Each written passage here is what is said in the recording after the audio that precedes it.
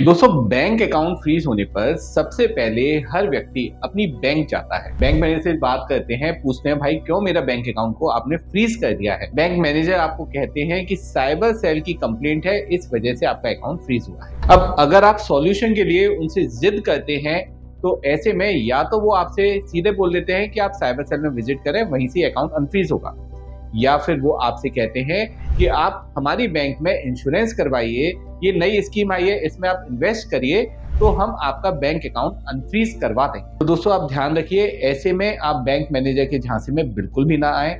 आप सीधे cyber cell से कांटेक्ट करें, क्योंकि अगर अकाउंट फ्रीज हुआ है, सेक्शन 106 की प्रोसीडिंग हुई है, तो आपका बैंक अकाउंट केवल साइबर सेल ही अनफ्रीज कर सकती है। आप बैंक मैनेजर से ये सवाल जरूर करें कि किस सेक्शन में आपके बैंक अकाउंट को फ्रीज किया गया है। क्या 94 BNS का नोटिस आया है या 106 BNS का नोटिस आया है। अगर सेक्शन 106 की प्रोसीडिंग नहीं है और फिर भी बैंक अकाउंट फ्रीज है, तो बैंक ने आपके साथ फ्रॉड किया है, गलत किया है, आपके अकाउंट को इलीगल तरीके से डिटेन कर दिया है। इसके लिए आप RBI में भी कंप्लेंट कर सकते हैं या कोर्ट में भी बैंक के खिलाफ जा सकते हैं। दरअसल दोस्तों, बैंक अकाउंट अनफ्रीज कराने की प्रक्रिया बैंक से ही शुरू होती है।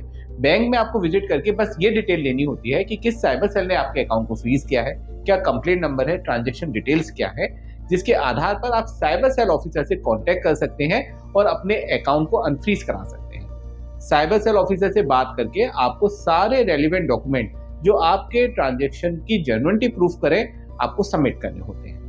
अगर आप साइबर सेल में विजिट नहीं करना चाहते हैं, तो ऐसे में आप एक रिप्रेजेंटेशन साइबर सेल में सबमिट कर सकते हैं या रजिस्टर पोस्ट कर सकते हैं। इसके लिए आप किसी भी अच्छे एडवोकेट की हेल्प ले सकते हैं। इसके अलावा आप साइबर सेल में खुद पर्सन भी विजिट कर सकते हैं और अपने अकाउंट को अनफ्रीज करा सकते हैं। अगर आप नहीं चाहते पर्सन विजिट करना, तो ऐसे में आप एक अच्छे साइबर एक्सपर्ट एडवोकेट की हेल्प ले सकते हैं, जो आपके बिहाफ पर साइबर सेल में विजिट करेंगे और आपके अकाउंट को अनफ्रीज कराएंगे।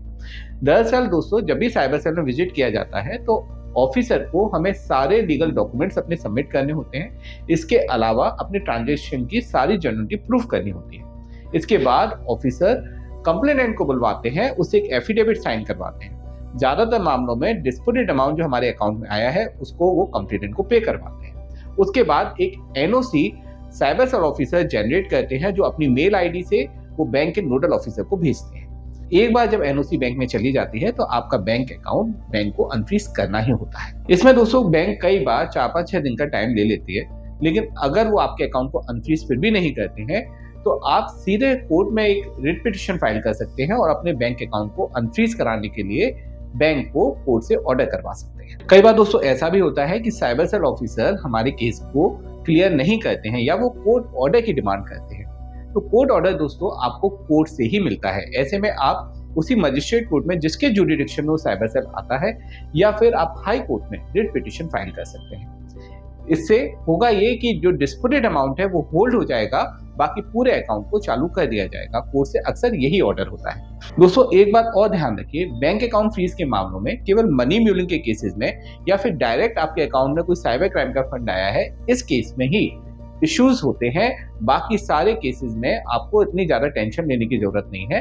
नॉर्मली ये बहुत ही जल्दी क्लियर हो जाते हैं। दोस्तों इसके लिए आप हमारी हेल्पलाइन नंबर पे कॉल कर सकते हैं। आपका बैंक अकाउंट अनफ्रीज कराने में, रिप्रेजेंटेशन साइबर सेल में सबमिट कराने में हम आपका पूरा साथ देंगे। साथ ही दोस्तों, अगर बैंक मैनेजर या बैंक ऑफिसर आपसे आपके अकाउंट को अनफ्रीज कराने की कोई भी अनयूजुअल डिमांड करते हैं, या फिर आपसे इन्वेस्टमेंट या फिर इंश्योरेंस कराने के लिए आपसे कहते हैं, तो इस पे आप बिल्कुल भी ना फंसे उनके झांसे में, क्योंकि उनके पास अथॉरिटी ही नहीं है वो आपके अकाउंट को अनफ्रीज कर सके। दोस्तों अगर वीडियो अच्छा लगा हो तो इसे लाइक शेयर कमेंट जरूर कीजिएगा। चैनल को अभी तक सब्सक्राइब नहीं किया है तो इसे सब्सक्राइब भी जरूर कर लीजिए, जिससे आपको ऐसे ही लेटेस्ट इन्फॉर्मेटिव वीडियोस के नोटिफिकेशंस मिलते रहेंगे और आप भी लीगली अपडेटेड रहेंगे। अंत में सतर्क रहें, अपने अधिकारों के लिए जागरूक रहें और ऑनलाइन लीगल सेंटर से जुड़े रहें।